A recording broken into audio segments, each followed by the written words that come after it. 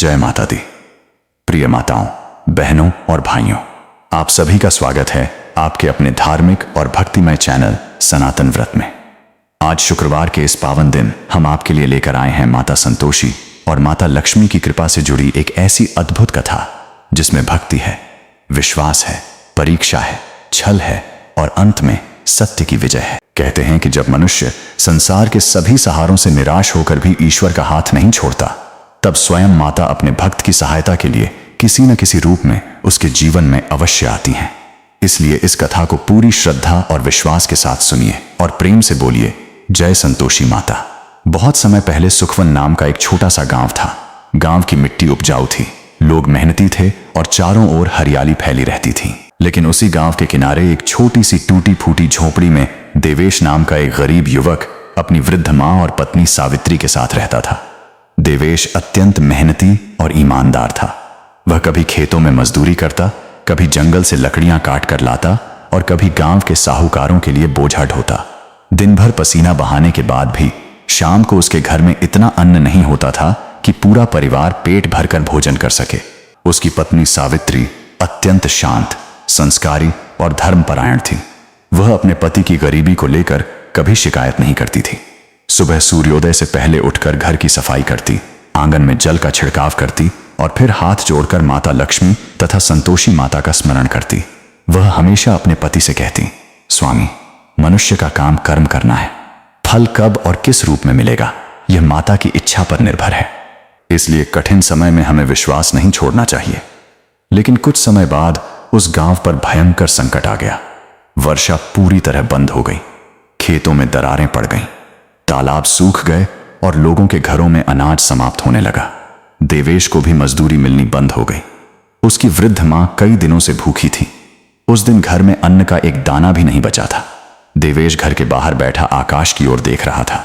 उसकी आंखों से आंसू बह रहे थे। उसने भारी आवाज में कहा, सावित्री, मैं अपनी मां और तुम्हें इस तरह दुखी नहीं देख सकता। मैं दिन रात मेहनत करता हूं, फिर भी हमारे जीवन में सुख क्यों नहीं आता? लगता है जैसे भाग्य ने हमारा साथ छोड़ दिया है। सावित्री ने उसके पास बैठकर कहा, ऐसा मत कहिए। जिस घर में विश्वास जीवित रहता है वहां भगवान कभी दूर नहीं होते। माता चाहे हमारी परीक्षा जितनी भी कठिन ले, हमें उनका स्मरण नहीं छोड़ना चाहिए। उसी रात अचानक मौसम बदल गया। आकाश में काले बादल छा गए, तेज हवाएं चलने लगीं और देखते ही देखते मूसलाधार बारिश शुरू हो गई। उनकी टूटी छत से पानी घर के भीतर भरने लगा। वृद्ध मां ठंड से कांपने लगी। सावित्री ने अपनी पुरानी साड़ी का एक हिस्सा फाड़कर उन्हें ढक दिया। तभी आधी रात को उनकी झोपड़ी के दरवाजे पर जोर से दस्तक हुई। देवेश ने दरवाजा खोला तो सामने एक बहुत वृद्ध महिला खड़ी थी। उसके कपड़े भीगे हुए थे, शरीर कांप रहा था और चेहरा अत्यंत थका हुआ दिखाई दे रहा था। वृद्धा ने धीमी आवाज में कहा, बेटा, मैं बहुत दूर से आ रही हूं। कई घंटों से मुझे भोजन नहीं मिला। क्या तुम्हारे घर में मेरे लिए कुछ खाने को मिल सकता है? देवेश ने एक पल के लिए अपनी पत्नी की ओर देखा। घर में भोजन नहीं था। उनकी मां भी भूखी थी। सावित्री चुपचाप रसोई में गई। उसने हर बर्तन को देखा लेकिन कहीं कुछ नहीं मिला। तभी उसे एक कोने में थोड़ी सी बची हुई आटे की धूल दिखाई दी। उसने उसे सावधानी से इकट्ठा किया। वह इतनी कम थी कि मुश्किल से एक छोटी रोटी बन सकती थी। सावित्री ने आंखें बंद करके कहा, हे माता संतोषी, आज हमारे पास देने के लिए कुछ नहीं है, फिर भी इस अतिथि को खाली हाथ नहीं जाने दूंगी। उसने उस थोड़े से आटे की रोटी बनाई और वृद्धा के सामने रख दी। देवेश और सावित्री स्वयं भूखे बैठे रहे, लेकिन वृद्धा को प्रेम से भोजन कराया। वृद्धा ने जैसे ही रोटी का अंतिम टुकड़ा खाया, उसके चेहरे पर एक अद्भुत चमक आ गई। झोंपड़ी के भीतर अचानक चंदन और फूलों की सुगंध फैल गई। बाहर की तेज बारिश शांत हो गई। सावित्री ने आश्चर्य से वृद्धा की ओर देखा। वृद्धा मुस्कुराई और बोली, बेटी, आज तुमने अपने घर की आखिरी रोटी भी एक भूखी अतिथि को दे दी। तुम्हारे घर में अन्न नहीं था, लेकिन तुम्हारे हृदय में दया और विश्वास की कमी नहीं थी। कल शुक्रवार है। कल से तुम संतोषी माता का व्रत आरंभ करना। गुड़ और चने से माता का पूजन करना, कथा सुनना और उस दिन खटाई से पूरी तरह दूर रहना। याद रखना, माता को धन से अधिक भक्त का सच्चा मन प्रिय होता है। इतना कहकर वृद्धा ने सावित्री के सिर पर हाथ रखा। सावित्री ने उनके चरण छूने के लिए सिर झुकाया, लेकिन जब उसने दोबारा ऊपर देखा तो वह वृद्धा वहां नहीं थी। दरवाजा बंद था और बाहर केवल शांत रात थी। देवेश और सावित्री सारी रात उस घटना के बारे में सोचते रहे। भोर के समय सावित्री को एक अद्भुत स्वप्न आया। उसने देखा कि एक दिव्य प्रकाश से पूरा आकाश जगमगा रहा है। उस प्रकाश के बीच माता संतोषी और माता लक्ष्मी विराजमान है। माता संतोषी ने कहा, बेटी, तुम्हारी करुणा और श्रद्धा ने मुझे प्रसन्न किया है। शुक्रवार से मेरा व्रत करो। अपनी सामर्थ्य के अनुसार गुड़ और चना अर्पित करो। कथा सुनो, माता का स्मरण करो और खटाई से दूर रहो। तुम्हारे जीवन की कठिनाइयां धीरे धीरे समाप्त होंगी। स्वप्न टूटते ही सावित्री की आंख खुल गई। उसी समय उसने देखा कि उसकी वृद्ध सास, जो कई दिनों से बीमार पड़ी थी, आज पहले से कहीं अधिक स्वस्थ दिखाई दे रही थी। सावित्री ने देवेश को जगाकर अपना स्वप्न बताया। देवेश ने कहा, लेकिन हमारे पास पूजा के लिए भी धन नहीं है। सावित्री ने शांत स्वर में कहा, जिस माता ने व्रत का मार्ग दिखाया है वही उसकी सामग्री की व्यवस्था भी करेंगी। देवेश जंगल की ओर चला गया। वहां एक पुराने पेड़ की सूखी शाखा काटते समय उसकी कुल्हाड़ी किसी कठोर वस्तु से टकराई। उसने मिट्टी हटाई तो वहां एक पुराना घड़ा दबा हुआ था। घड़े में कुछ पुराने सिक्के थे। देवेश ने तुरंत हाथ जोड़कर कहा, माता, यदि यह धन किसी गलत व्यक्ति का है तो मैं इसे नहीं लूंगा। मुझे केवल उतना ही दीजिए जिससे मैं आपकी पूजा कर सकूं। उसी क्षण उसके मन में जैसे किसी दिव्य शक्ति की आवाज आई, तुम्हारी ईमानदारी ही तुम्हारा सबसे बड़ा धन है। देवेश ने केवल कुछ सिक्के लिए और बाजार जाकर गुड़, चना, फूल और दीपक खरीद लाया। सावित्री ने पूजा की तैयारी शुरू कर दी। लेकिन जैसे ही वह माता की पूजा के लिए दीपक जलाने लगी, बाहर से अचानक किसी के रोने की आवाज सुनाई दी। सावित्री और देवेश ने एक दूसरे की ओर देखा। वह आवाज उसी पुराने रास्ते से आ रही थी जहां से पिछली रात वह रहस्यमयी वृद्धा आई थी। सावित्री ने कांपते हुए दरवाजा खोला। बाहर कोई दिखाई नहीं दे रहा था, लेकिन मिट्टी पर चमकते हुए लाल रंग के पद चिन्ह बने हुए थे। वे पद चिन्ह सीधे उनके आंगन से होते हुए पूजा के स्थान तक जा रहे थे। सावित्री ने जैसे ही उन पद चिन्हों को देखा, उसके हाथ अपने आप जुड़ गए। तभी पूजा के दीपक की लौ अचानक तेज हो उठी और पूरे घर में एक मधुर स्त्री स्वर गूंजा, सुमति, क्या तुम मेरे बताए मार्ग पर चलने के लिए तैयार हो? सावित्री के शरीर में रोमांच दौड़ गया। देवेश ने आश्चर्य से पूछा, माता, आपने सावित्री का नाम कैसे लिया? लेकिन तभी वह दिव्य आवाज शांत हो गई। दोनों समझ गए कि माता संतोषी ने स्वयं उनके घर में अपनी उपस्थिति का संकेत दिया है। सावित्री ने उसी क्षण संकल्प लिया कि चाहे जीवन में कितनी भी कठिनाइयां आएं, वह माता का व्रत नहीं छोड़ेगी। उसे क्या पता था कि माता की भक्ति का यह पहला कदम उसके जीवन को ऐसी परीक्षा की ओर ले जाने वाला है जहां उसके सामने केवल गरीबी ही नहीं बल्कि अपनों का छल भी खड़ा होने वाला था। जय माता संतोषी। सावित्री ने उस दिन माता के चरणों में हाथ जोड़कर मन ही मन संकल्प लिया कि चाहे उसके जीवन में कितनी भी कठिनाइयां क्यों ना आए, वह माता का स्मरण और शुक्रवार का व्रत कभी नहीं छोड़ेगी। उसे बिल्कुल पता नहीं था कि उसकी यह छोटी सी भक्ति उसके जीवन में आने वाले तूफानों से लड़ने की सबसे बड़ी शक्ति बनने वाली है। अगले दिन शुक्रवार था।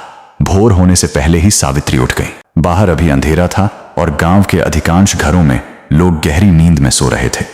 लेकिन सावित्री ने सबसे पहले घर के आंगन में पानी का छिड़काव किया। उसने मिट्टी से एक छोटा सा चौक बनाया और उसके बीच में माता संतोषी के लिए एक साफ स्थान तैयार किया। घर में न तो चांदी का कलश था, न सोने की थाली और न ही महंगे फूल, लेकिन सावित्री ने अपने मन की श्रद्धा से पूजा का स्थान सजा दिया। उसने एक छोटे से मिट्टी के पात्र में जल भरा, उसके ऊपर आम के पत्ते रखे और एक पुराने कपड़े से उसे ढक दिया। फिर उसने गुड़ और चने को एक छोटी कटोरी में रखा। यही उसकी पूरी पूजा सामग्री थी। उसने माता की ओर देखकर कहा, मां, मेरे पास आपको देने के लिए धन नहीं है, बड़े बड़े भोग नहीं हैं और न ही कोई कीमती वस्तु है। मेरे पास केवल मेरा विश्वास है, कृपया इसे स्वीकार कर लेना। देवेश अपनी पत्नी की भक्ति देखकर भावुक हो गया। उसने कहा, सावित्री, आज से हमारा घर गरीब नहीं है। जिस घर में माता का नाम लिया जाता है वह घर कभी खाली नहीं रहता। सावित्री ने पूरे दिन श्रद्धा से व्रत रखा। उसकी वृद्ध सास भी धीरे धीरे स्वस्थ होती जा रही थी। दोपहर के समय जब सावित्री पूजा के लिए फूल लेने बाहर निकली तो उसे रास्ते में एक छोटी बच्ची दिखाई दी। बच्ची बहुत भूखी थी और एक पेड़ के नीचे बैठकर रो रही थी। सावित्री के पास स्वयं खाने के लिए कुछ नहीं था, लेकिन वह उस बच्ची को देखकर रुक गई।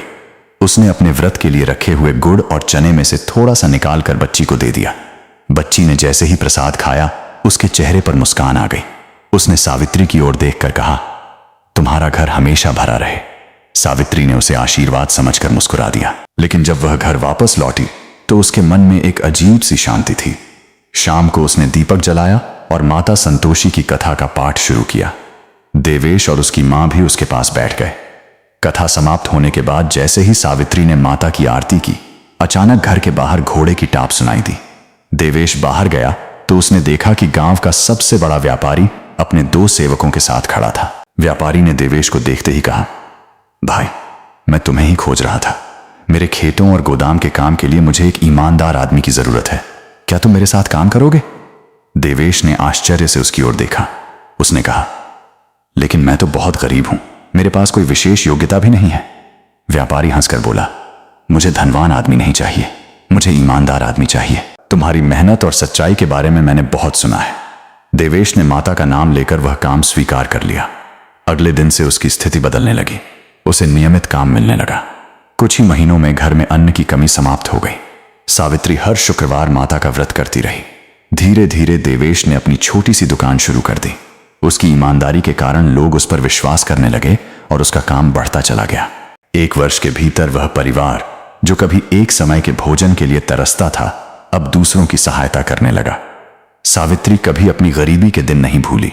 वह हर शुक्रवार गरीबों को गुड़ और चना बांटती और कहती, माता का प्रसाद जितना बांटो उतना ही बढ़ता है।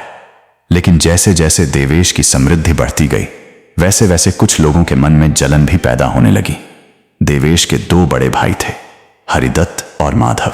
जब देवेश गरीब था, तब दोनों भाइयों ने उससे दूरी बना ली थी।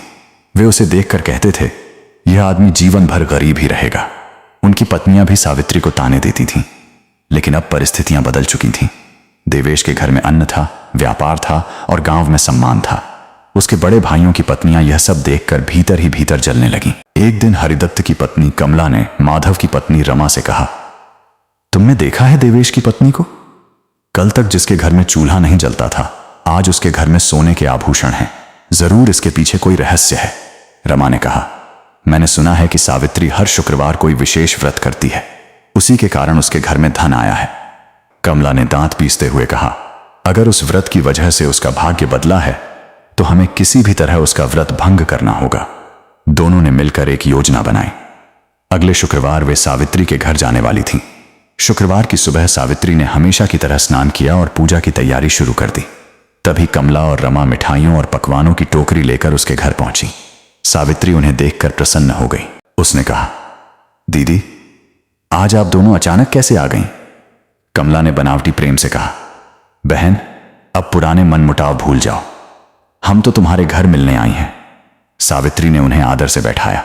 रमा ने कहा, हम तुम्हारे लिए बहुत स्वादिष्ट भोजन लेकर आई हैं, थोड़ा सा खा लो। सावित्री ने हाथ जोड़कर कहा, आज मेरा व्रत है, मैं पूजा के बाद गुड़ और चने का प्रसाद ही ग्रहण करती हूं। कमला ने मुस्कुराते हुए कहा, ठीक है, तुम मत खाओ, लेकिन हमारे लिए तो भोजन बना सकती हो। सावित्री ने तुरंत रसोई में जाकर उनके लिए भोजन तैयार करना शुरू कर दिया। दोनों स्त्रियां एक दूसरे की ओर देखकर मुस्कुराईं। जब सावित्री रसोई से बाहर गई, तब कमला ने अपने वस्त्रों में छिपाकर लाया हुआ नींबू का रस निकाल लिया और दाल में मिला दिया। रमा ने इमली का पानी सब्जी में डाल दिया। उन्होंने सोचा कि अब सावित्री का व्रत अवश्य टूट जाएगा, लेकिन उन्हें नहीं पता था कि माता संतोषी अपने सच्चे भक्त की रक्षा स्वयं करती हैं। जब सावित्री भोजन लेकर आई तो उसने दोनों को भोजन कराया। दोनों ने जानबूझकर बहुत प्रशंसा की। कमला बोली, बहन, तुम्हारे हाथों में तो जादू है। रमा ने कहा, ऐसा स्वाद हमने कभी नहीं खाया। भोजन के बाद दोनों वहां से चली गईं। शाम होते ही देवेश घर लौटा। वह थका हुआ था और उसने सावित्री से भोजन मांगा। सावित्री ने पूजा की तैयारी की। कथा शुरू हुई, लेकिन आज उसके मन में अजीब बेचैनी थी। दीपक की लौ बार बार कांप रही थी। कथा समाप्त होने के बाद उसने देवेश को भोजन परोसा। देवेश ने जैसे ही पहला निवाला खाया, उसका चेहरा बदल गया।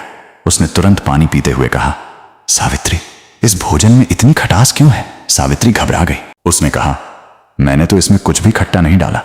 उसकी वृद्ध सास ने भी भोजन चखा और बोली, बहू, इसमें तो सचमुच बहुत खटास है। सावित्री के हाथ कांपने लगे। उसने रसोई में जाकर सभी बर्तनों को देखा। उसे कुछ समझ नहीं आया। तभी अचानक पूजा के स्थान पर रखा दीपक बुझ गया। घर के बाहर कुत्ते जोर जोर से भौंकने लगे।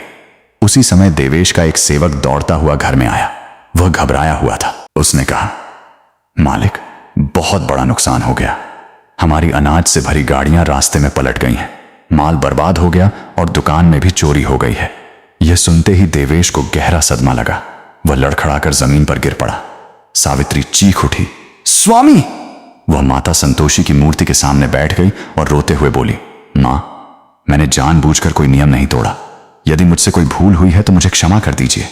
मेरे पति को बचा लीजिए। उसकी आंखों से आंसू बहते रहे। पूरी रात वह माता का नाम जपती रही। लेकिन उसी रात कमला और रमा अपने घर में बैठकर अपनी सफलता पर प्रसन्न हो रही थीं। कमला बोली, अब देखना, सावित्री फिर से उसी गरीबी में लौटेगी। रमा ने कहा। उसका व्रत भी टूट गया और उसका धन भी चला गया। तभी अचानक उनके घर के बाहर तेज हवा चलने लगी। दोनों स्त्रियां डरकर बाहर आईं। आकाश में बिजली चमक रही थी। उन्हें ऐसा लगा जैसे कोई अदृश्य शक्ति उनके सामने खड़ी होकर उन्हें चेतावनी दे रही हो। उसी समय उनके घर से उनके पति के कराहने की आवाज आई।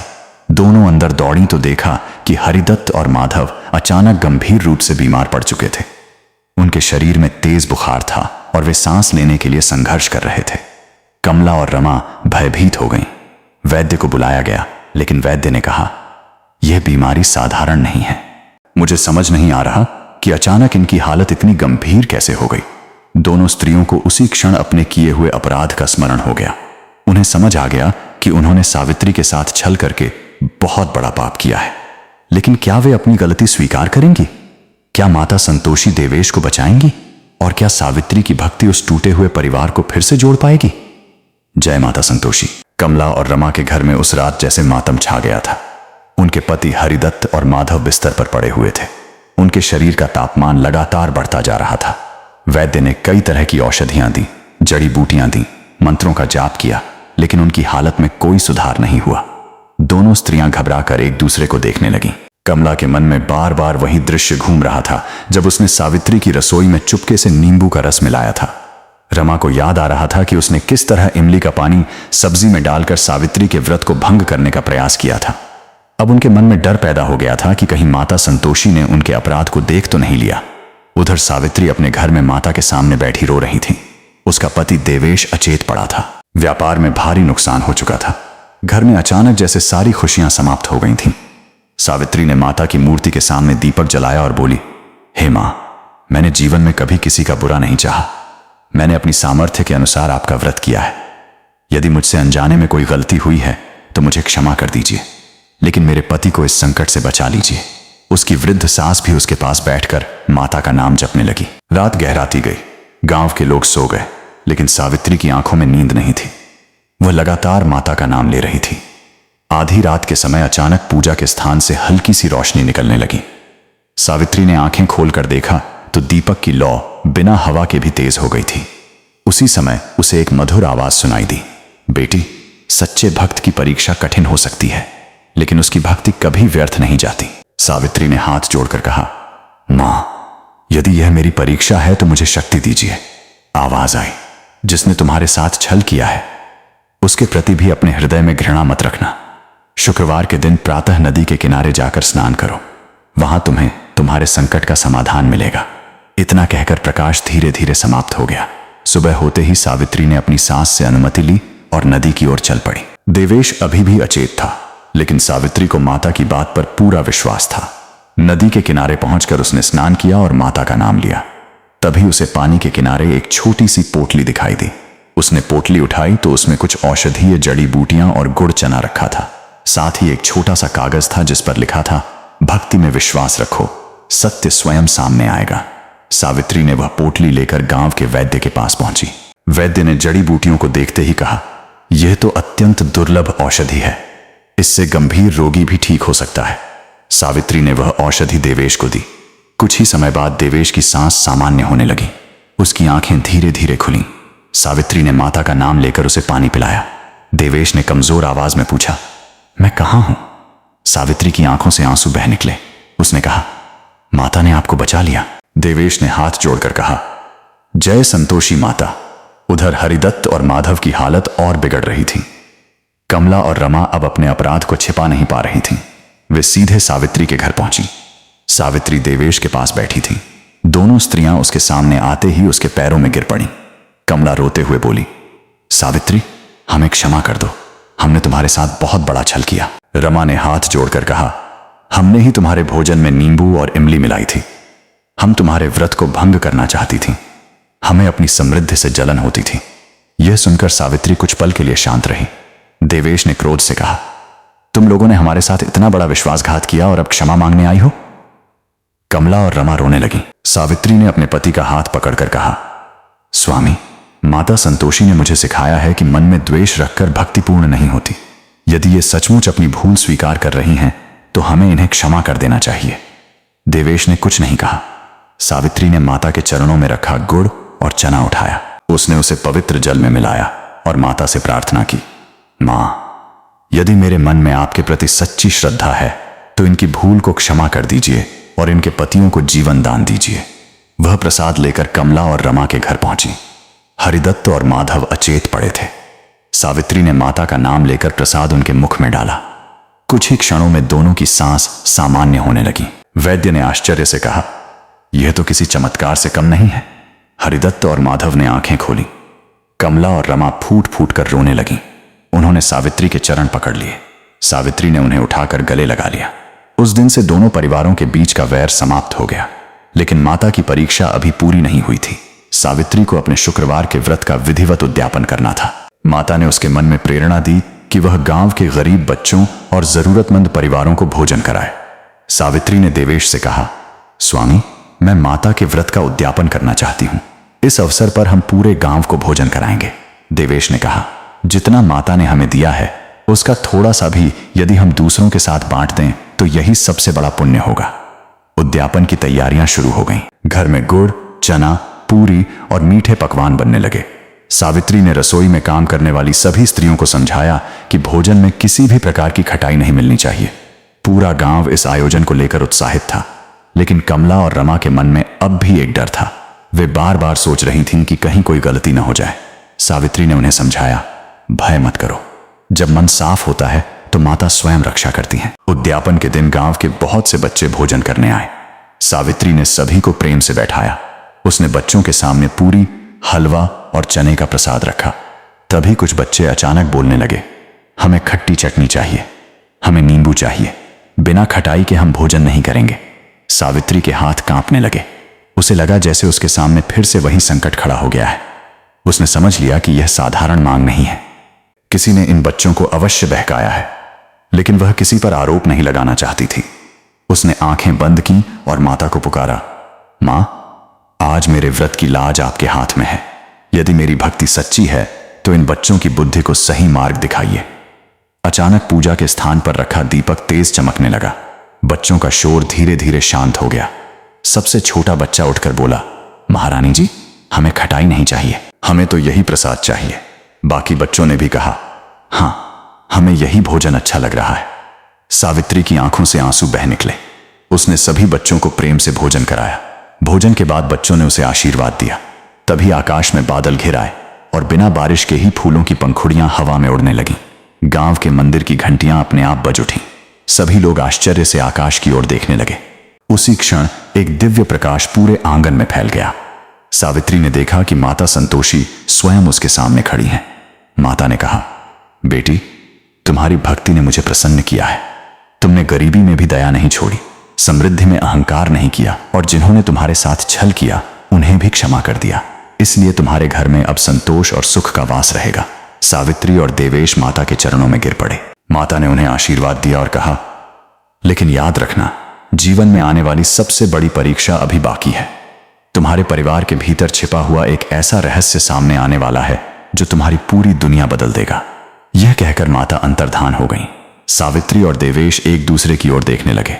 उन्हें समझ नहीं आ रहा था कि माता ने किस रहस्य की बात की है। उसी रात देवेश को अपने पुराने घर की दीवार के भीतर से किसी धातु के गिरने की आवाज सुनाई दी। उसने दीवार का एक हिस्सा हटाया तो वहां एक पुरानी तांबे की पेटी दिखाई दी। पेटी पर उसके पिता का नाम लिखा था। देवेश ने कांपते हाथों से पेटी खोली। उसमें कुछ पुराने दस्तावेज, एक राजसी मुहर और एक पत्र रखा था। पत्र पढ़ते ही देवेश के चेहरे का रंग बदल गया। उसने सावित्री से कहा, सावित्री, यह साधारण पत्र नहीं है। इसमें लिखा है कि हमारे पिता कभी इस गांव के गरीब किसान नहीं थे।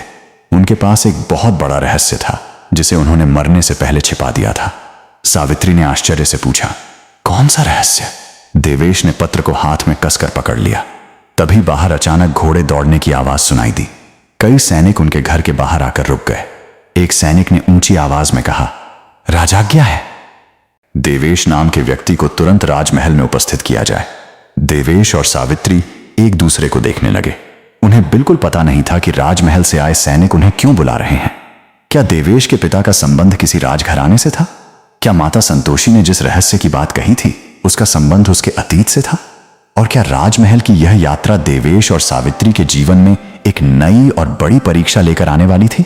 माता संतोषी की कृपा से महारानी मल्यागिरी के जीवन में आशा की एक नई किरण जाग चुकी थी। जिस स्त्री ने महीनों तक अंधेरी काल कोठरी में अपमान, भूख और अकेलेपन का सामना किया था, आज उसके हृदय में फिर से विश्वास जन्म ले चुका था। उसे लगने लगा था कि शायद माता ने उसके जीवन का अंत नहीं बल्कि एक नई शुरुआत लिखी है। उस शुक्रवार को जब उसने साधारण स्त्रियों के साथ बैठकर माता संतोषी की कथा सुनी और श्रद्धा से गुड़ चना का प्रसाद ग्रहण किया, तब उसके मन का बोझ कुछ हल्का हो गया था। लेकिन उसे यह पता नहीं था कि माता की कृपा अब केवल उसके मन को शांति देने तक सीमित नहीं रहने वाली थी, उसके जीवन की दिशा ही बदलने वाली थी। उधर राजमहल में राजा धीरेन्द्र प्रताप बेचैनी से महारानी को ढूंढ रहे थे। उनके मन में पछतावे का तूफान उठ रहा था। उन्हें बार बार वही दिन याद आ रहा था जब उनकी छोटी रानियों ने महारानी मल्यागिरी के विरुद्ध उनके कान भर दिए थे। उन्होंने कहा था कि महारानी राज्य के विरुद्ध षड्यंत्र कर रही हैं, राजकोष का धन छिपा रही हैं और राज परिवार के विनाश का कारण बन रही हैं। राजा ने बिना किसी प्रमाण के उन बातों पर विश्वास कर लिया था। उन्होंने महारानी का पक्ष तक नहीं सुना और क्रोध में उन्हें काल कोठरी में डाल दिया था। लेकिन अब राजा की आंखों से वह भ्रम का पर्दा हट चुका था। वे अपने कक्ष में अकेले बैठे स्वयं को धिक्कार रहे थे। उन्होंने अपने दोनों हाथों से सिर पकड़ लिया और बोले, हे ईश्वर, मैंने अपनी ही अर्धांगिनी के साथ इतना बड़ा अन्याय कैसे कर दिया? जिस स्त्री ने जीवन भर मेरे सुख दुख में मेरा साथ दिया, उसी पर मैंने विश्वास नहीं किया। मैंने दूसरों की बातों को सत्य मान लिया और अपनी पत्नी को अपराधी बना दिया। राजा की आंखों से आंसू बह रहे थे। तभी उन्हें अचानक अपनी पत्नी का वह चेहरा याद आया जो काल कोठरी में जाते समय भी शांत था। महारानी ने तब भी राजा को श्राप नहीं दिया था। उन्होंने केवल हाथ जोड़कर कहा था, महाराज, सत्य को समय अवश्य सिद्ध करेगा। राजा का हृदय कांप उठा। वे उसी क्षण उठे और बिना किसी को साथ लिए महल के उस हिस्से की ओर दौड़ पड़े जहां महारानी को बंद किया गया था। जब वे काल कोठरी के पास पहुंचे तो भारी लोहे का दरवाजा खुला हुआ था। भीतर न महारानी थी और न कोई पहरेदार। केवल एक पुरानी चटाई और मिट्टी का एक छोटा दीपक पड़ा था। राजा की आंखों के सामने अंधेरा छा गया। मल्यागिरी, मल्यागिरी, तुम कहां चली गई? राजा ने कांपती आवाज में पुकारा। लेकिन उस अंधेरी कोठरी में उनकी आवाज लौटकर उन्हीं के कानों में गूंजती रही। राजा ने सैनिकों को आदेश दिया कि पूरे राज्य में महारानी को खोजा जाए। महल के हर कोने, मंदिरों, बगीचों, गांवों और नगरों में खोज शुरू हो गई, लेकिन महारानी का कोई पता नहीं चल रहा था। इधर महारानी मल्यागिरी माता संतोषी की पूजा करने वाली उन साधारण स्त्रियों से विदा लेकर राजमहल की ओर बढ़ रही थीं। उनके पैर कमजोर थे, शरीर पर राजसी वस्त्र नहीं थे, बाल अस्त व्यस्त थे और चेहरे पर महीनों की पीड़ा साफ दिखाई दे रही थी। लेकिन उनके चेहरे पर एक ऐसी दिव्य शांति थी जो किसी राजसी आभूषण से भी अधिक सुंदर थी। महारानी धीरे धीरे महल के मुख्य द्वार तक पहुंची। पहरेदारों ने उन्हें पहचानने में कुछ क्षण लगाए। जब उन्होंने ध्यान से देखा तो उनकी आंखें आश्चर्य से फैल गईं। महारानी, एक सैनिक के मुंह से अचानक निकल पड़ा। महारानी को जीवित देखकर पूरा महल स्तब्ध रह गया। उसी समय राजा धीरेन्द्र प्रताप भी वहां आ पहुंचे। जैसे ही उनकी दृष्टि महारानी पर पड़ी, वे कुछ क्षणों के लिए बिल्कुल स्थिर रह गए। उन्हें विश्वास ही नहीं हुआ कि जिस रानी को वे मृत समझ चुके थे वह उनके सामने खड़ी है।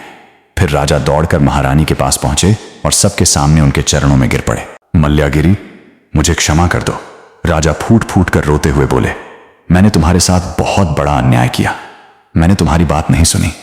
मैंने तुम्हें बिना अपराध के दंड दिया। मुझे क्षमा कर दो।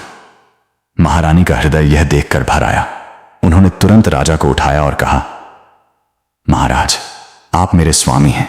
आपका इस प्रकार मेरे चरणों में गिरना मुझे शोभा नहीं देता। जो कुछ हुआ उसे मैं अपने भाग्य की परीक्षा मानती हूं। यदि माता संतोषी ने मुझे यह कष्ट दिया है तो निश्चित ही इसके पीछे कोई बड़ी कृपा छिपी होगी। राजा ने आश्चर्य से पूछा, माता संतोषी? महारानी ने शांत स्वर में कहा, हां महाराज, आज मुझे माता संतोषी की महिमा का ज्ञान हुआ है। मैंने उनके चरणों में बैठकर व्रत की कथा सुनी है और उनका पहला शुक्रवार व्रत किया है। माता ने ही मुझे उस काल कोठरी से बाहर निकाला। माता ने ही आपके मन से भ्रम का अंधकार दूर किया। राजा ने हाथ जोड़ लिए। तो मुझे भी माता के चरणों में चलना होगा, उन्होंने कहा। महारानी ने राजा को माता संतोषी के व्रत के नियम समझाए। उन्होंने बताया कि माता को धन दौलत का दिखावा नहीं, बल्कि सच्ची श्रद्धा और संतोष प्रिय है। व्रत के दिन गुड़ और चना अर्पित किया जाता है, कथा सुनी जाती है और खट्टी वस्तुओं का त्याग किया जाता है। राजा ने उसी क्षण प्रण लिया कि अब से वे भी माता संतोषी की शरण में रहेंगे। महारानी के महल में लौटने के बाद राज परिवार का वातावरण बदलने लगा।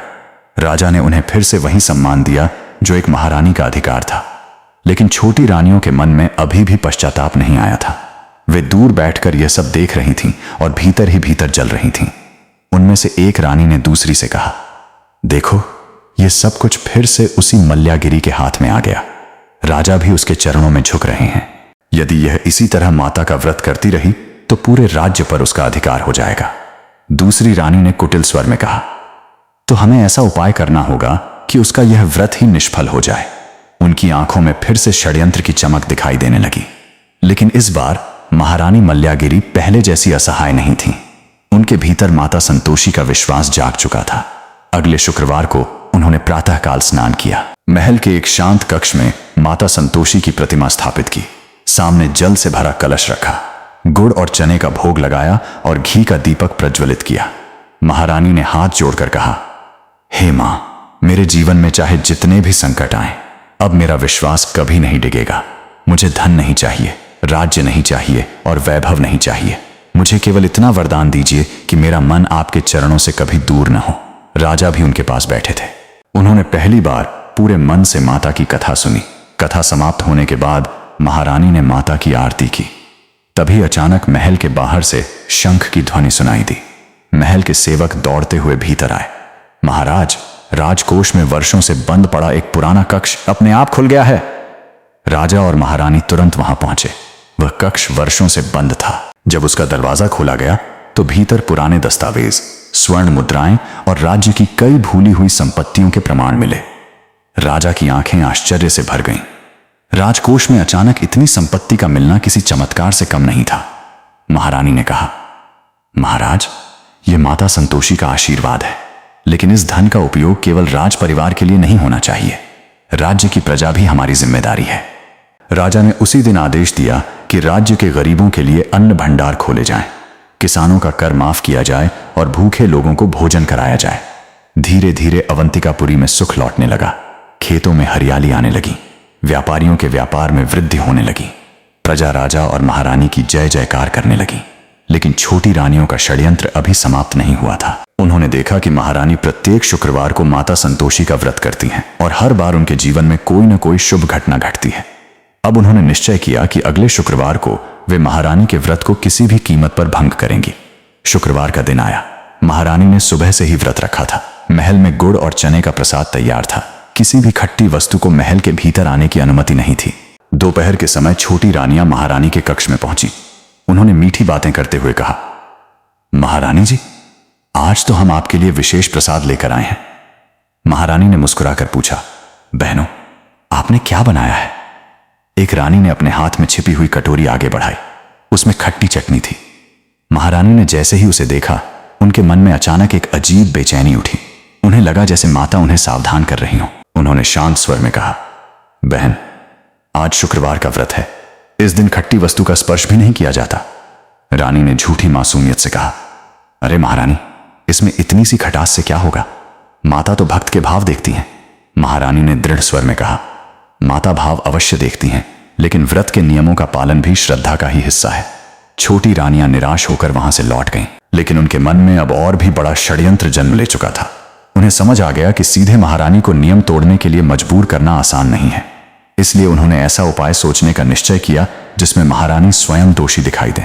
उस रात महल के अंधेरे गलियारे में 7 छोटी रानियां गुप्त रूप से एकत्र हुईं। सबसे बड़ी रानी ने धीमी आवाज में कहा, अगले शुक्रवार को महारानी का व्रत पूरा होने वाला है।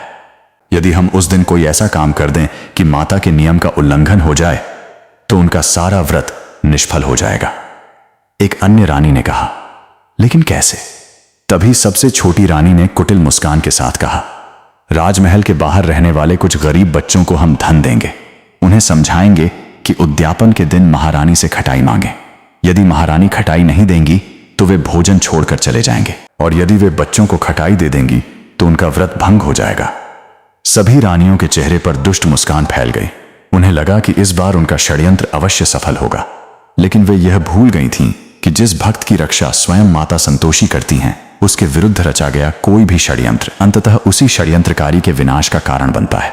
महारानी मल्ल्यागिरी को इस षड्यंत्र की कोई जानकारी नहीं थी। वे आने वाले शुक्रवार के लिए माता के उद्यापन की तैयारी कर रही थीं। उन्होंने पूरे राजमहल को आदेश दिया कि गरीबों, ब्राह्मणों और बच्चों को भोजन कराया जाए।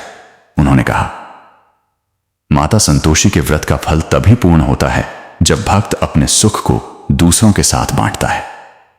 महारानी को क्या पता था कि आने वाला शुक्रवार उनके जीवन की सबसे बड़ी परीक्षा लेकर आने वाला है।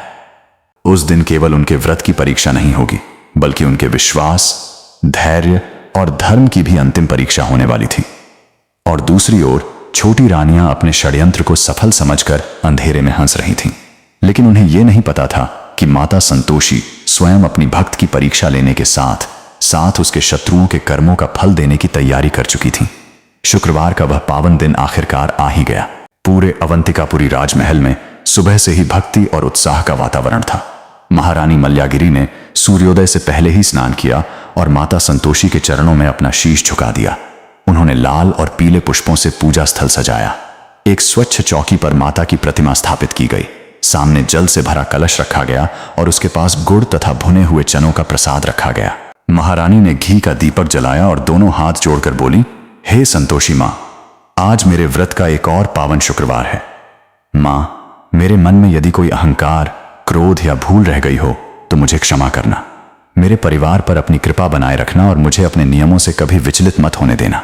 राजा धीरेन्द्र प्रताप भी आज महारानी के साथ पूजा में बैठे थे। महारानी की भक्ति देखकर राजा के मन में उनके प्रति सम्मान और भी बढ़ गया था।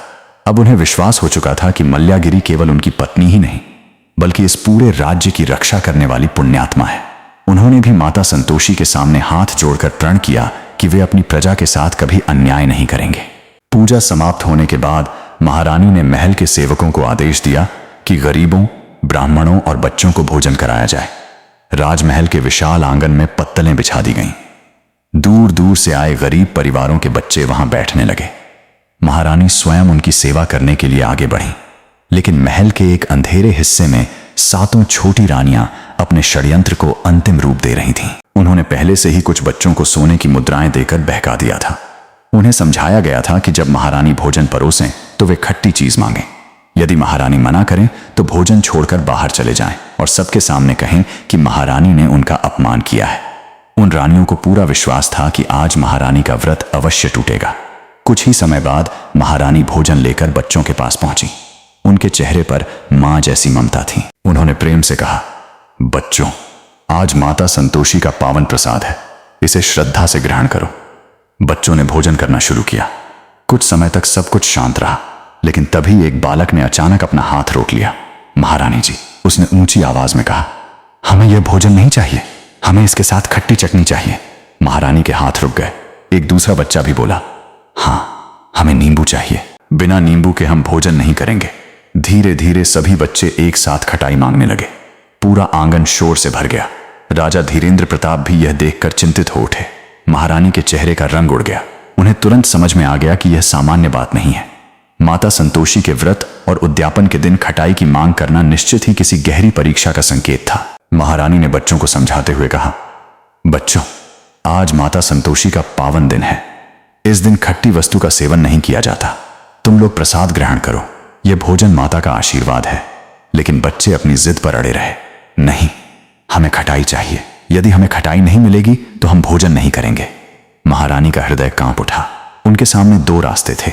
यदि वे बच्चों को खटाई देती तो व्रत का नियम टूट जाता। यदि वे खटाई नहीं देती तो बच्चे भोजन छोड़कर चले जाते और उद्यापन अधूरा रह जाता। महारानी ने अपनी आंखें बंद कर लीं। उनके मन में वही काल कोठरी का अंधकार घूम गया। उन्हें याद आया कि जब पूरी दुनिया ने उन्हें छोड़ दिया था, तब माता संतोषी ने ही उन्हें सहारा दिया था। उन्हें वह वृद्ध महिला याद आई जिसने उन्हें गुड़ और चना देकर कहा था कि माता धन की नहीं, सच्चे मन की भूखी हैं। महारानी ने हाथ जोड़कर कहा, हे मां संतोषी, आज मेरी लाज आपके हाथों में है। मैंने अपने जीवन में बहुत कष्ट सह लिए हैं, लेकिन आज मैं आपके नियमों को नहीं तोड़ सकती। माँ, इन बच्चों की बुद्धि पर जो भ्रम छाया है उसे दूर कर दो।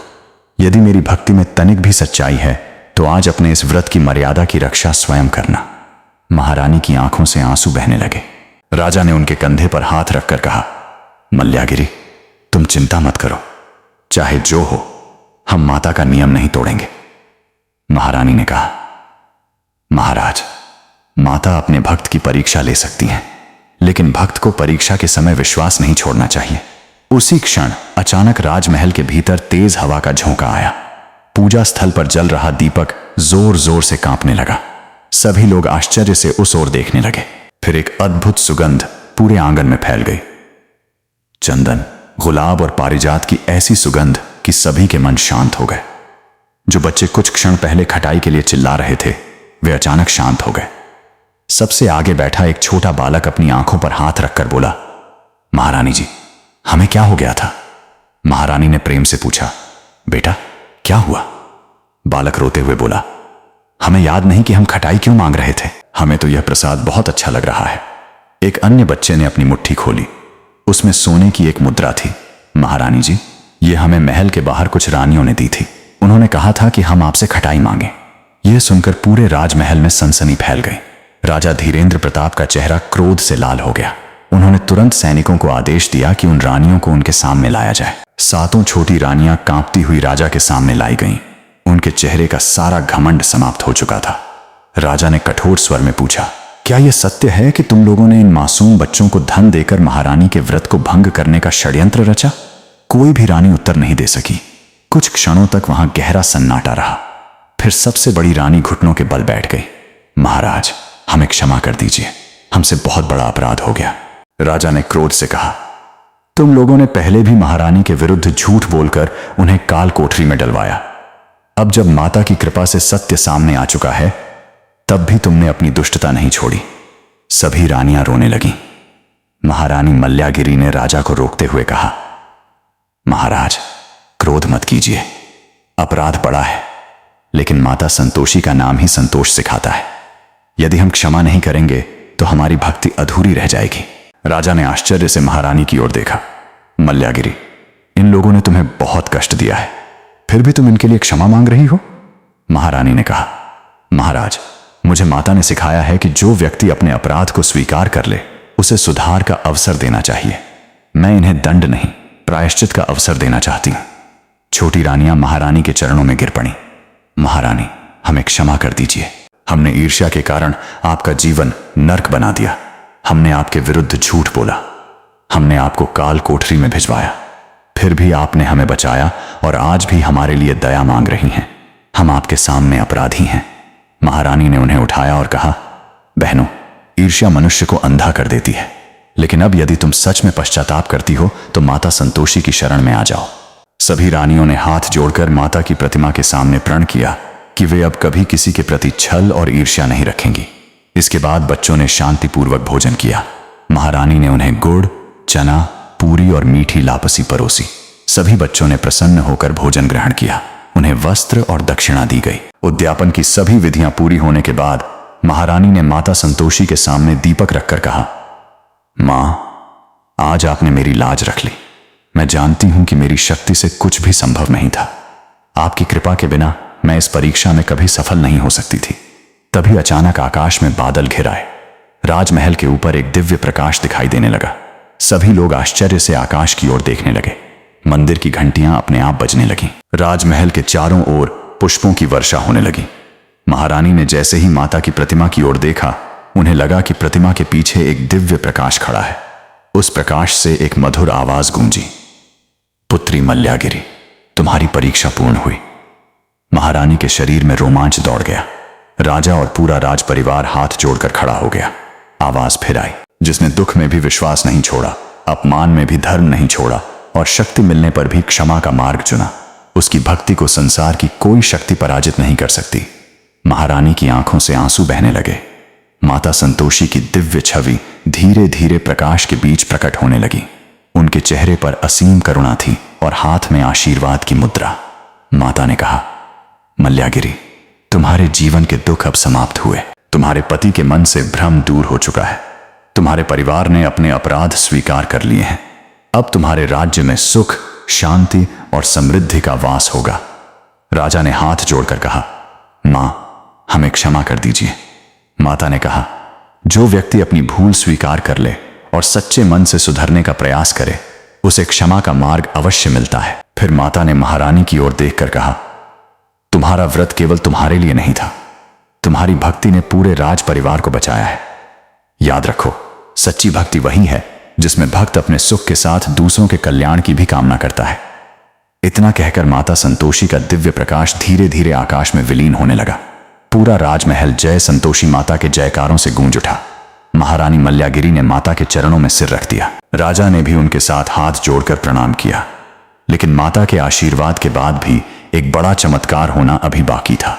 माता ने जिस समृद्धि का वरदान दिया था, उसका प्रभाव अगले ही दिन पूरे राज्य में दिखाई देने वाला था।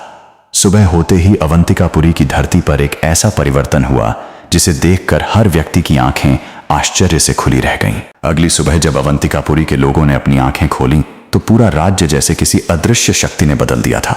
जिन खेतों में महीनों से सूखी दरारें पड़ी थीं, वहां रातों रात हरी भरी फसलें लहलहा रही थीं। सूखे कुओं में जल भर चुका था। नदी का प्रवाह फिर से तेज हो गया था और जिन पेड़ों की शाखाएं सूख कर टूट चुकी थीं, उन पर नई कोपलें फूट आई थीं। किसान जब अपने खेतों में पहुंचे तो उनकी आंखों से खुशी के आंसू बहने लगे। कोई मिट्टी को माथे से लगा रहा था तो कोई हाथ जोड़कर माता संतोषी का धन्यवाद कर रहा था। पूरे राज्य में एक ही बात की चर्चा थी कि महारानी मल्लागिरी की भक्ति और माता संतोषी की कृपा से अवंतिकापुरी का भाग्य बदल गया है। राजमहल में भी सुबह से ही शुभ संकेत दिखाई देने लगे थे। राजकोष के अधिकारी दौड़ते हुए राजा धीरेन्द्र प्रताप के पास पहुंचे। उन्होंने बताया कि राज्य के पुराने खजाने के कई कक्षों में वर्षों से बंद पड़ा धन और बहुमूल्य रत्न सुरक्षित मिले हैं। जिन व्यापारिक मार्गों पर डाकुओं के भय से व्यापार बंद हो चुका था, वहां सैनिकों की सुरक्षा के कारण फिर से व्यापार आरंभ हो गया था। पड़ोसी राज्यों से भी व्यापारियों के संदेश आने लगे थे। राजा धीरेन्द्र प्रताप यह सब सुनकर समझ गए कि माता संतोषी ने अपना आशीर्वाद दे दिया है। उन्होंने तुरंत राजसभा बुलाई और घोषणा की, आज से राज्य में कोई भी गरीब भूखा नहीं सोएगा। जिन किसानों की फसलें नष्ट हुई थीं, उनका कर माफ किया जाएगा। राजकोष का धन प्रजा के कल्याण के लिए खर्च होगा। महारानी मल्लागिरी ने राजा की ओर देखकर मुस्कुराते हुए कहा, महाराज, यही माता की सच्ची पूजा है।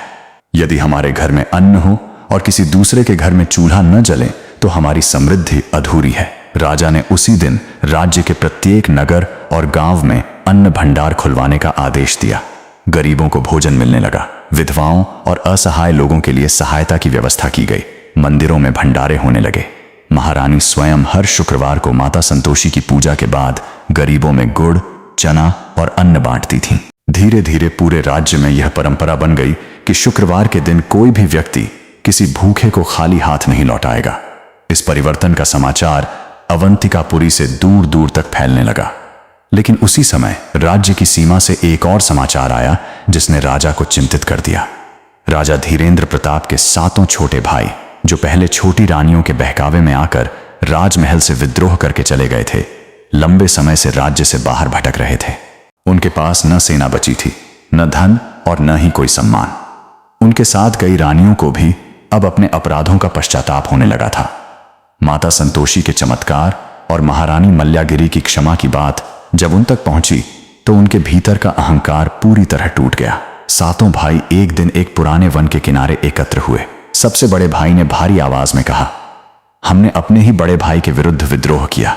हमने अपनी भाभी के साथ हुए अन्याय को देखकर भी सत्य जानने का प्रयास नहीं किया। हमारी पत्नियों ने हमें भड़काया और हमने बिना सोचे समझे परिवार छोड़ दिया। अब जब महारानी ने भी हमें क्षमा कर दिया है तो हमें लौटकर अपने अपराध स्वीकार करने चाहिए। दूसरे भाई ने सिर झुकाकर कहा, लेकिन क्या महाराज हमें क्षमा करेंगे? हमने राजमहल और राज्य दोनों को संकट में डाल दिया था। तभी सबसे छोटे भाई ने कहा, यदि महारानी जैसी महान स्त्री हमें क्षमा कर सकती हैं तो हमारे बड़े भाई का हृदय भी अवश्य पिघलेगा। हमें माता संतोषी की शरण में जाकर अपने अपराध स्वीकार करने चाहिए। सभी ने उसी समय निर्णय लिया कि वे अगले शुक्रवार को राजमहल लौटेंगे। उन्होंने मार्ग में एक छोटे से मंदिर में रुककर माता संतोषी की पूजा की। उनके पास धन नहीं था, इसलिए उन्होंने एक साधारण पात्र में जल भरा और थोड़े से गुड़ और चने का प्रसाद चढ़ाया। 7 भाइयों ने हाथ जोड़कर कहा, हे माता, हमने अहंकार में आकर अपने ही परिवार से विश्वासघात किया। यदि हमारी भूल के लिए कोई प्रायश्चित है तो हमें वह मार्ग दिखाइए। उसी रात हमें वह मार्ग दिखाइए। उसी में आया। उन्होंने देखा कि एक दिव्य माता उनके सामने खड़ी हैं। माता के चेहरे पर करुणा थी। उन्होंने कहा, जिस मनुष्य को अपनी भूल का एहसास हो जाए और वह सच्चे मन से सुधार का मार्ग चुन ले, उसके लिए क्षमा के द्वार कभी बंद नहीं होते। अपने परिवार के पास लौट जाओ। सुबह होते ही सातों भाई अपनी पत्नियों के साथ अवंतिकापुरी की ओर चल पड़े। जब वे राजमहल के मुख्य द्वार पर पहुंचे तो उनके कदम रुक गए। उन्हें अपने पुराने अपराध याद आने लगे। महल के पहरेदारों ने उन्हें पहचान लिया और तुरंत राजा को सूचना दी। राजा धीरेंद्र प्रताप ने जब सुना कि उनके भाई वापस लौट आए हैं तो वे कुछ क्षण मौन रहे। उनके मन में पुरानी घटनाएं घूमने लगीं। फिर उन्होंने महारानी मल्ल्यागिरी की ओर देखा। महारानी ने शांत स्वर में कहा, महाराज, आज माता संतोषी का दिन है। यदि हम अपने मन में पुराने द्वेष को पकड़े रहेंगे तो माता की कृपा का अर्थ ही क्या रह जाएगा। राजा ने गहरी सांस ली और कहा, उन्हें भीतर बुला लाओ। सातों भाई राजसभा में प्रवेश करते ही राजा के सामने घुटनों के बल बैठ गए। उनके साथ उनकी पत्नियां भी रोते हुए सिर झुकाकर खड़ी हो गईं। सबसे बड़े भाई ने कहा, महाराज, हम अपराधी हैं। हमने आपके विरुद्ध विद्रोह किया। हमने महारानी पर लगाए गए झूठे आरोपों का विरोध नहीं किया। हमने अपने परिवार को टूटने दिया। हमें क्षमा कर दीजिए। राजा धीरेंद्र प्रताप की आंखों में भी आंसू आ गए। उन्होंने अपने भाइयों को उठाया और कहा, तुमने अपराध किया, लेकिन आज तुमने उसे स्वीकार भी किया है। मेरा हृदय तुम्हें क्षमा करता है। महारानी मल्ल्यागिरी आगे बढ़ी और सभी रानियों को गले लगा लिया। जो स्त्रियां कभी उनके विनाश की योजना बनाती थीं, आज वही उनके सामने रो रही थीं। एक रानी ने कहा, महारानी, हमने आपके साथ जो किया उसके बाद भी आपने हमें क्षमा कर दिया। हम इस उपकार को कभी नहीं भूलेंगे। महारानी ने कहा, बहन, मेरा कोई उपकार नहीं है। माता संतोषी ने मुझे सिखाया है कि मन में द्वेष रखकर कोई भक्त कभी संतोषी नहीं बन सकता। तुम सब आज से अपने जीवन में सत्य, प्रेम और संतोष को स्थान दो। यही मेरे लिए सबसे बड़ा प्रायश्चित होगा। उस दिन राजमहल में वर्षों बाद पूरा परिवार एक साथ बैठा। सभी ने माता संतोषी की पूजा की और गुड़ चना का प्रसाद ग्रहण किया। राजा ने घोषणा की कि हर शुक्रवार को राजमहल में गरीबों और जरूरतमंदों के लिए भंडारा होगा। महारानी ने स्वयं उस भंडारे की जिम्मेदारी ली। समय बीतता गया। अवंतिकापुरी का राज्य पहले से भी अधिक समृद्ध हो गया। राजा धीरेंद्र प्रताप न्यायप्रिय शासक के रूप में प्रसिद्ध हुए। महारानी मल्ल्यागिरी की भक्ति की चर्चा दूर दूर तक होने लगी। लेकिन महारानी ने कभी अपनी भक्ति का अभिमान नहीं किया। वे हमेशा कहती, मैंने कुछ नहीं किया, माता ने ही मुझे सहारा दिया। जब संसार ने मेरा साथ छोड़ा तब मां ने मुझे अपने चरणों में स्थान दिया। हर शुक्रवार को राजमहल में माता संतोषी की पूजा होती। राजा, महारानी, उनके भाई और पूरा परिवार एक साथ बैठकर कथा सुनते। सभी लोग प्रसाद ग्रहण करते और गरीबों में अन्न बांटते। जिस राजमहल में कभी षड्यंत्र, ईर्ष्या और अविश्वास का वातावरण था, वहां अब प्रेम और संतोष का वास हो चुका था। लेकिन माता संतोषी की कृपा का प्रभाव केवल राज परिवार तक सीमित नहीं था। राज्य की एक गरीब विधवा महिला भी थी जिसका नाम गौरी था। वह अपने छोटे पुत्र के साथ एक टूटी हुई झोंपड़ी में रहती थी। उसका पति वर्षों पहले बीमारी से चल बसा था। वह दूसरों के घरों में काम करके अपने बेटे का पालन करती थी। एक शुक्रवार को वह राजमहल के भंडारे में आई और उसने महारानी को दूर से माता की पूजा करते देखा। गौरी ने भी मन में संकल्प लिया कि वह अपनी सामर्थ्य के अनुसार माता का व्रत करेगी। उसके पास न बड़ा घर था, न धन और न पूजा की सामग्री। उसने अपनी झोंपड़ी के बाहर मिट्टी से एक छोटी सी चौकी बनाई, एक लोटे में जल रखा और पड़ोस से मिले थोड़े से गुड़ और चने से माता का स्मरण किया। उसने कहा, हे मां, मेरे पास आपको देने के लिए कुछ नहीं है। मेरे पास केवल यह सच्चा मन है, इसे स्वीकार कर लेना। उस दिन से गौरी हर शुक्रवार को माता का नाम लेने लगी। कुछ ही समय बाद उसके जीवन में परिवर्तन आने लगा।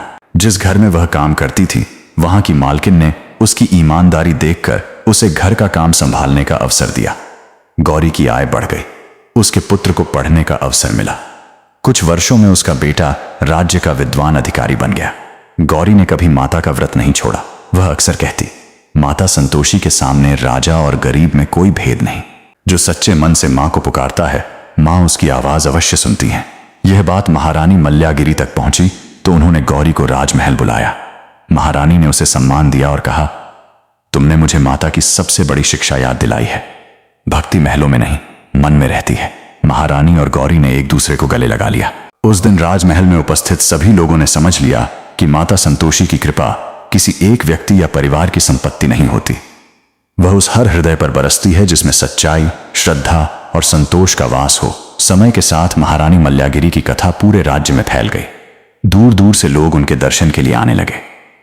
लेकिन महारानी सभी से एक ही बात कहती, माता से धन मांगने से पहले संतोष मांगो, सुख मांगने से पहले सद्बुद्धि मांगो और अपनी मनोकामना के साथ दूसरों के कल्याण की प्रार्थना करना मत भूलो। एक दिन राजा ने महारानी से पूछा, मल्ल्यागिरी, तुम्हारे जीवन में सबसे कठिन समय कौन सा था? काल कोठरी का अंधकार या वह समय जब मैंने तुम पर विश्वास नहीं किया? महारानी कुछ क्षण शांत रही, फिर उन्होंने कहा, महाराज, सबसे कठिन समय वह नहीं था जब मैं अकेली थी। सबसे कठिन समय वह था जब मेरा मन टूटने लगा था। लेकिन जिस दिन मैंने माता संतोषी के चरणों में बैठकर अपना दुख छोड़ दिया, उसी दिन मेरी शक्ति लौट आई। मां ने मेरी परिस्थितियां बदलने से पहले मेरा मन बदल दिया। राजा ने श्रद्धा से सिर झुका दिया। महारानी ने आगे कहा, जब मन में संतोष आ जाता है तो दुख भी हमें तोड़ नहीं पाता, और जब विश्वास जाग जाता है तो अंधेरी काल कोठरी भी मंदिर बन जाती है। राजा की आंखों में आंसू आ गए। अवंतिकापुरी में अब हर शुक्रवार को माता संतोषी के मंदिरों में भक्तों की भीड़ लगने लगी। लोग गुड़ और चना चढ़ाते, कथा सुनते और अपने जीवन में संतोष का संकल्प लेते। महारानी मल्ल्यागिरी की कथा हर घर में सुनाई जाने लगी। लेकिन माता संतोषी ने महारानी के जीवन में अभी एक और अंतिम वरदान सुरक्षित रखा था। ऐसा वरदान जो केवल उनके परिवार के लिए नहीं बल्कि आने वाली पीढ़ियों के लिए भी था। एक दिन महारानी ने माता की पूजा के बाद ध्यान में देखा कि माता संतोषी उनके सामने खड़ी हैं। माता ने कहा, पुत्री, तुम्हारी परीक्षा अब पूर्ण हो चुकी है। तुमने दुख में धैर्य रखा, अपमान में धर्म रखा, सुख में विनम्रता रखी और शत्रुओं के प्रति भी क्षमा का भाव रखा। अब तुम्हारे जीवन में वह समय आने वाला है जब तुम्हारा परिवार तुम्हारे पुण्य का फल देखेगा। महारानी ने हाथ जोड़कर पूछा, मां, मुझे किसी वरदान की इच्छा नहीं, बस इतना चाहती हूं कि मेरे राज्य की प्रजा सदा सुखी रहे। माता संतोषी मुस्कुराई और बोली, यही तो तुम्हारी सबसे बड़ी भक्ति है। जो अपने लिए नहीं दूसरों के सुख के लिए प्रार्थना करता है, उसके घर से लक्ष्मी और संतोष कभी दूर नहीं जाते। माता का प्रकाश धीरे धीरे विलीन हो गया। महारानी की आंखें खुली तो उनके चेहरे पर मुस्कान थी। उन्होंने उसी दिन राजा को अपना स्वप्न बताया। राजा ने कहा, मल्ल्यागिरी, तुम्हारे जैसा हृदय किसी राज्य के लिए सबसे बड़ा वरदान है। कुछ समय बाद राजमहल में एक शुभ समाचार आया। महारानी के जीवन में माता की कृपा से एक नए उत्तराधिकारी का आगमन होने वाला था। पूरे राज्य में उत्सव मनाया गया, गरीबों में अन्न बांटा गया, मंदिरों में दीप जलाए गए। महारानी ने कहा, यह माता संतोषी का आशीर्वाद है। राजा ने आदेश दिया कि उस दिन पूरे राज्य में किसी भी गरीब के घर का चूल्हा बुझा नहीं रहना चाहिए। अवंतिकापुरी में फिर से आनंद की लहर दौड़ गई। जिस महारानी को कभी अपमानित करके काल कोठरी में डाल दिया गया था, वही आज पूरे राज्य की मां बन चुकी थी। लेकिन महारानी के हृदय में कभी अभिमान नहीं आया। वे आज भी हर शुक्रवार को साधारण वस्त्र पहनकर माता संतोषी के सामने बैठती और हाथ जोड़कर कहती, मां, मुझे हमेशा याद दिलाती रहना कि यह सब आपका है। और सचमुच माता संतोषी की कृपा से उनके घर में धन था, राज्य में वैभव था, परिवार में प्रेम था और उनके हृदय में संतोष था।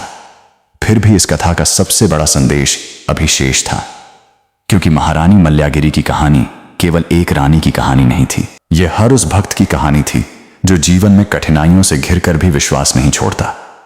यह हर उस स्त्री की कहानी थी जो अपमान सहकर भी अपने धर्म से नहीं हटती। यह हर उस परिवार की कहानी थी जिसमें ईर्ष्या प्रेम को निगलने लगती है। और यह हर उस मनुष्य के लिए संदेश था कि माता संतोषी की शरण में जाकर यदि मनुष्य सच्चे भाव से संतोष, श्रद्धा और क्षमा को अपना ले तो उसका जीवन अवश्य बदलता है। लेकिन माता संतोषी की अंतिम महिमा और इस कथा का सबसे भावुक संदेश अभी बाकी था। सुमति की सच्ची भक्ति और उसके हृदय से निकली प्रार्थना ने जैसे माता संतोषी के चरणों तक पहुंचकर पूरे राजमहल को एक अदृश्य शक्ति से घेर लिया था। बच्चों की बुद्धि शुद्ध होते ही वातावरण का तनाव धीरे धीरे समाप्त होने लगा। जिन बच्चों के मन में कुछ क्षण पहले खटाई खाने की जिद थी, वही बच्चे अब बड़े प्रेम से माता का प्रसाद ग्रहण कर रहे थे। महारानी मल्ल्यागिरी ने स्वयं अपने हाथों से सभी बच्चों को भोजन कराया। बच्चों ने गुड़, चना, पूरी और मीठी लापसी को बड़े आनंद से खाया और भोजन के बाद उन्होंने महारानी को आशीर्वाद दिया। किसी ने कहा, महारानी, आपका सुहाग सदा अटल रहे। किसी ने राजा को दीर्घायु होने का आशीर्वाद दिया और किसी ने कहा कि आपके राज्य में हमेशा सुख और समृद्धि बनी रहे। महारानी की आंखों से लगातार आंसू बह रहे थे। उन्हें लग रहा था जैसे माता संतोषी ने स्वयं इन मासूम बच्चों के रूप में आकर उनके व्रत की लाज रख ली हो। बच्चों को वस्त्र, फल और दक्षिणा देकर विदा किया गया। जैसे ही अंतिम बच्चा राजमहल की सीमा से बाहर गया, अचानक आकाश में बादल घिर आए। बिना किसी वर्षा के चारों दिशाओं में शंखनाद सुनाई देने लगा। यज्ञशाला में जल रहा अग्निकुंड अचानक तेज प्रकाश से चमक उठा। वहां उपस्थित सभी लोग आश्चर्य से उस दिव्य अग्नि को देखने लगे। अग्नि की लपटें धीरे धीरे ऊपर उठीं और उनके बीच एक अद्भुत प्रकाश पुंज दिखाई देने लगा। उस प्रकाश के मध्य माता संतोषी का दिव्य स्वरूप प्रकट हुआ। उनके चेहरे पर मां जैसी करुणा थी और उनकी आंखों में अपने भक्तों के लिए असीम ममता। माता को अपने सामने देखकर महारानी मलयागिरी और राजा धीरेंद्र प्रताप भूमि पर दंडवत लेट गए। पूरा राज परिवार हाथ जोड़कर माता के चरणों में नतमस्तक हो गया।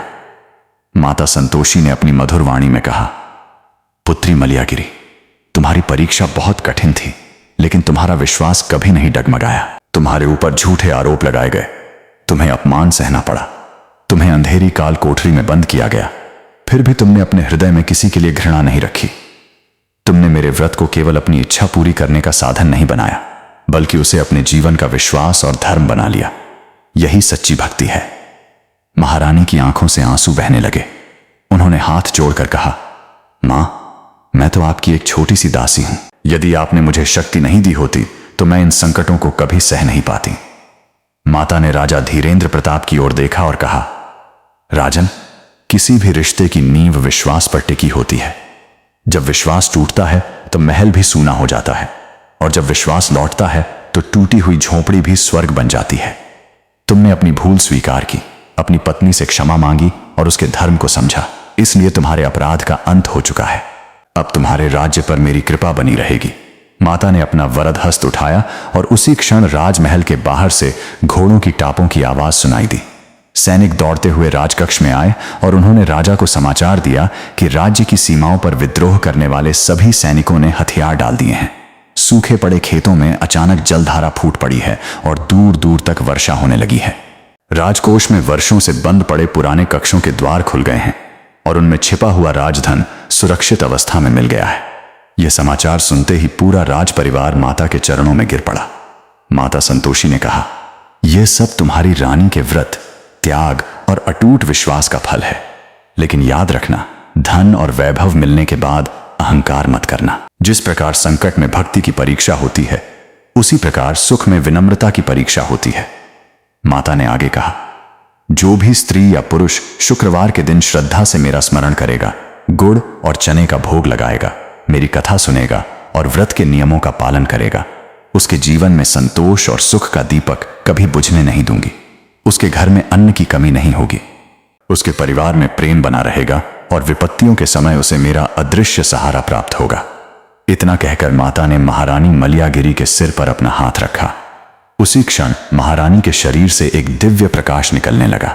माता ने कहा, पुत्री, आज से तुम्हारा जीवन केवल राजमहल की रानी का नहीं, बल्कि मेरे भक्तों के लिए प्रेरणा का जीवन होगा।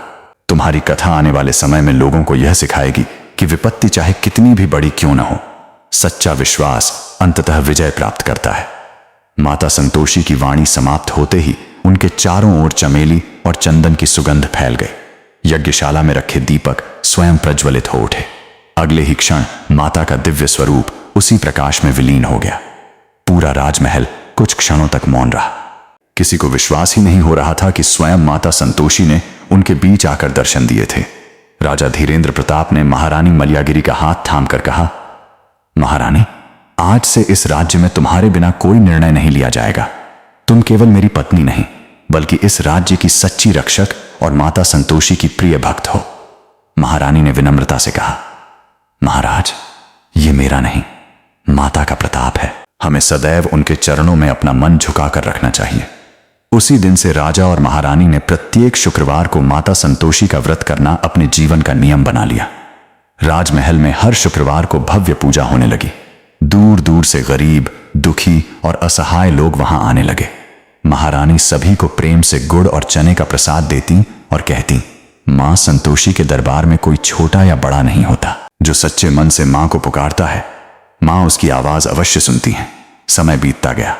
अवंतिकापुरी फिर से समृद्ध हो गई। राजा के 7 भाई अपनी भूल स्वीकार कर वापस लौट आए। उनकी पत्नियां भी महारानी से क्षमा मांगकर उनके साथ प्रेम से रहने लगीं। महारानी ने किसी से बदला नहीं लिया।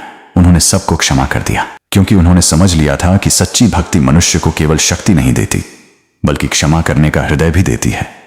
लेकिन माता संतोषी की यह कथा यहीं समाप्त नहीं होती।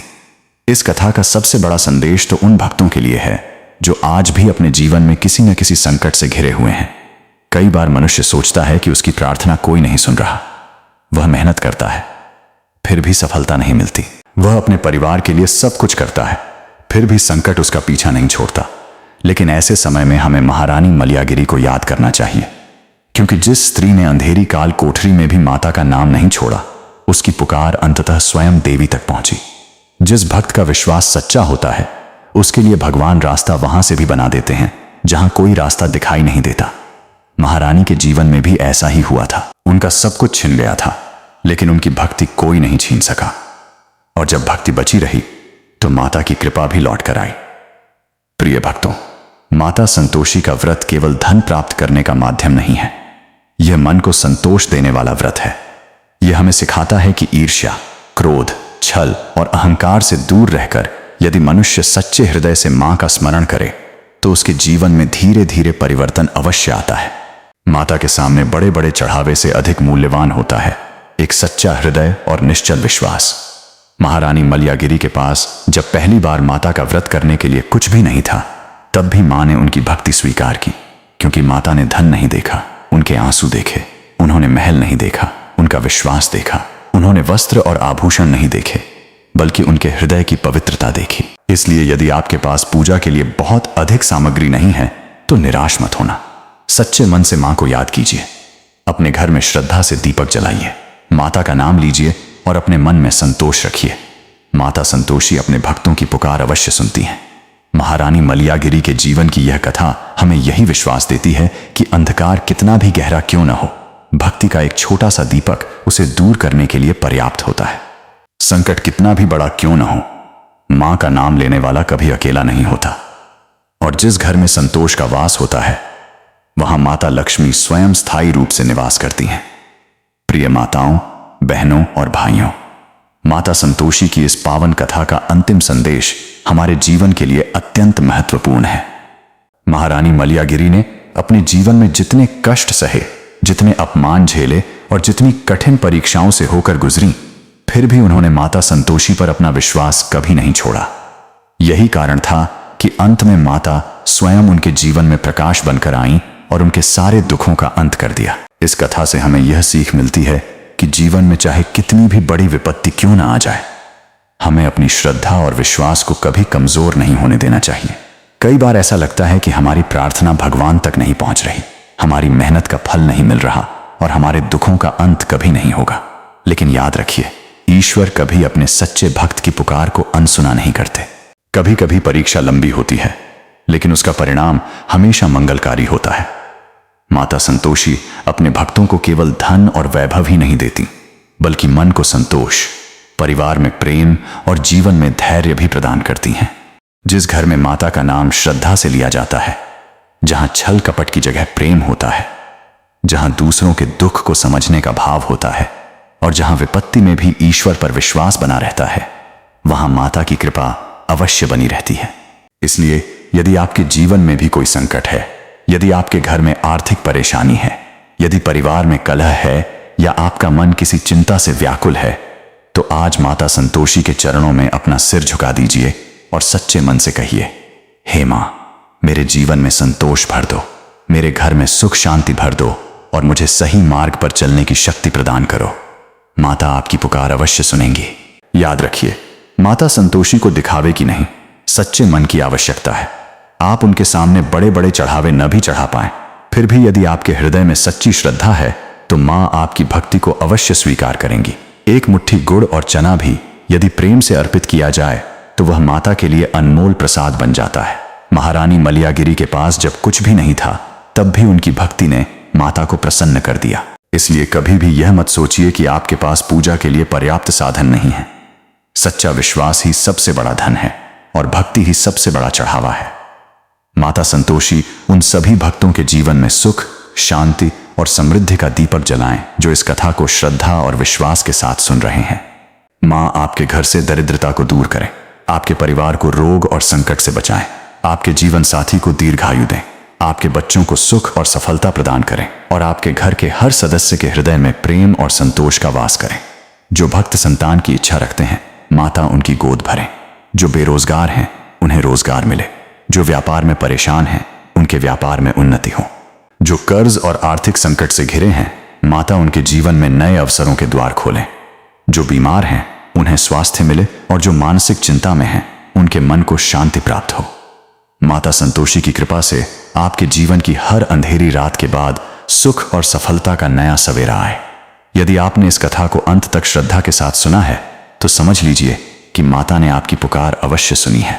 अब अपने दोनों हाथ जोड़कर माता संतोषी का ध्यान कीजिए और सच्चे मन से बोलिए, हे मां संतोषी, मेरे घर में हमेशा संतोष बनाए रखना। मेरे परिवार को अपने चरणों में स्थान देना। मेरे जीवन से अहंकार, ईर्ष्या, क्रोध और दुख को दूर करना। मुझे धर्म और सत्य के मार्ग पर चलने की शक्ति देना। माता, मेरे घर की सुख शांति कभी समाप्त न हो और आपकी कृपा हमेशा मेरे परिवार पर बनी रहे। तो मेरे प्रिय माताओं, बहनों और भाइयों, यह थी माता संतोषी की वह पावन, चमत्कारी और हृदय को छू लेने वाली शुक्रवार व्रत कथा। इस कथा ने हमें सिखाया कि सच्ची भक्ति कभी व्यर्थ नहीं जाती, सच्चा विश्वास कभी हारता नहीं और माता के भक्त को चाहे कितनी भी कठिन परीक्षा से गुजरना पड़े, अंत में विजय उसी की होती है। यदि आपको माता संतोषी की यह भक्तिमय कथा पसंद आई हो तो वीडियो को लाइक जरूर करें और इसे अपने परिवार तथा मित्रों के साथ साझा करें ताकि माता की भक्ति और उनकी महिमा अधिक से अधिक लोगों तक पहुंच सके। ऐसे ही पावन व्रत कथाएं, धार्मिक कहानियां और माता पिता की भक्ति से जुड़ी दिव्य कथाएं सुनने के लिए हमारे चैनल सनातन व्रत को अभी सब्सक्राइब करें और घंटी के बटन को दबाकर ऑल पर जरूर सेट कर लें। कमेंट बॉक्स में पूरी श्रद्धा और प्रेम से लिखिए, जय संतोषी माता। माता संतोषी आपके घर में सुख, शांति, समृद्धि और संतोष का वास करें। आपके सभी दुख दूर हों, आपकी सभी मनोकामनाएं पूर्ण हों और माता का आशीर्वाद आपके परिवार पर सदा बना रहे। प्रेम से बोलिए, जय संतोषी माता। जय माता दी। माता संतोषी की जय। सुख संपत्ति प्रदायिनी मां की जय।